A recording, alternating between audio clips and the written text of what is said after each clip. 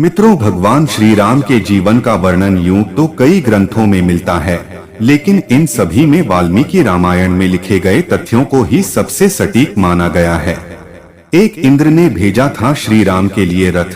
जिस समय राम रावण का अंतिम युद्ध चल रहा था, उस समय इंद्र ने अपना रथ श्री राम के लिए भेजा था।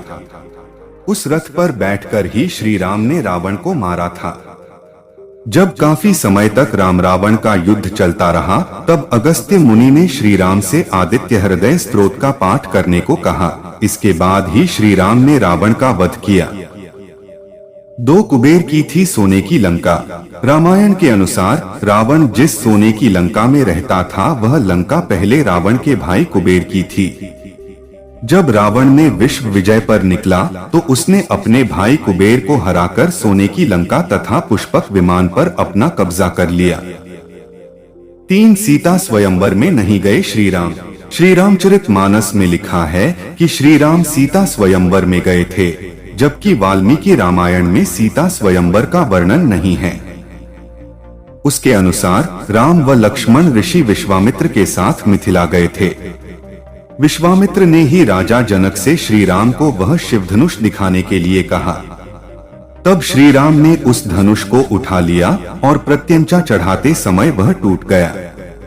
राजा जनक ने यह प्रण किया था कि जो भी इस शिव धनुष को उठा लेगा, उसी से वे अपनी पुत्री सीता का विवाह कर देंगे। इसी के चलते श्री राम के विवाह सीता के साथ हुआ। 4 नहीं हुआ लक्ष्मण व परशुराम में विवाद। श्री रामचरितमानस के अनुसार सीता स्वयंवर के समय भगवान परशुराम वहां आए थे और लक्ष्मण से उनका विवाद भी हुआ था। जबकि वाल्मीकि रामायण के अनुसार सीता से विवाह के बाद जब श्री राम अयोध्या लौट रहे थे, तब रास्ते में उन्हें परशुराम मिले। उन्होंने श्री राम से अपने धनुष पर बाण चढ़ाने के लिए कहा।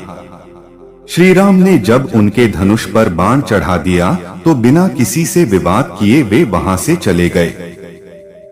5 इसलिए श्री राम के हाथों मरा रावण। रघुवंश में एक परम प्रतापी राजा हुए थे, जिनका नाम अनर्ण्य था। जब रावण विश्व विजय करने निकला, तो राजा अनर्ण्य से उसका भयंकर युद्ध हुआ। उस युद्ध में राजा अनर्ण्य की मृत्यु हो गई, लेकिन मरने से पहले उन्होंने रावण को श्राप दिया कि मेरे ही वंश में उत्पन्न एक युवक तेरी मृत्यु का कारण बनेगा। 6 यमराज से भी हुआ था रावण का युद्ध। रावण जब विश्व विजय पर निकला, तो वह यमलोक भी जा पहुंचा। वहां यमराज और रावण के बीच भयंकर युद्ध हुआ।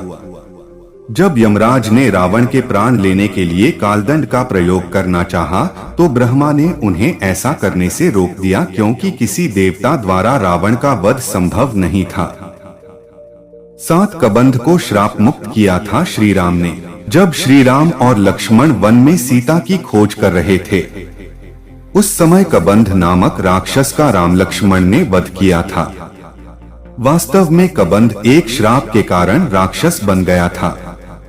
जब श्री राम ने उसका दाह संस्कार किया, तो वह श्राप मुक्त हो गया। कबंध ने ही श्री राम को सुग्रीव से मित्रता करने के लिए कहा था। 8 लक्ष्मण नहीं श्री राम हुए थे क्रोधित। श्री रामचरितमानस के अनुसार समुद्र ने जब वानर सेना को लंका जाने के लिए रास्ता नहीं दिया, तो लक्ष्मण बहुत क्रोधित हुए थे।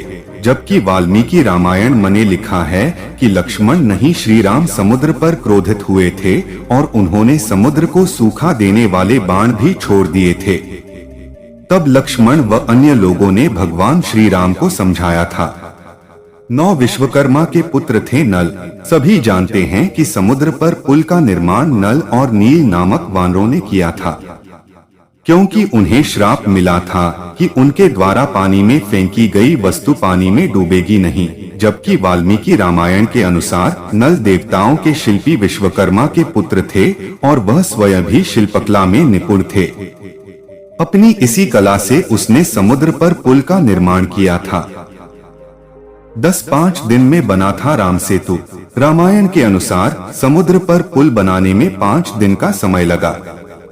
पहले दिन वानरों ने 14 योजन, दूसरे दिन 20 योजन, तीसरे दिन 21 योजन, चौथे दिन 22 योजन और 5वें दिन 23 योजन पुल बनाया था।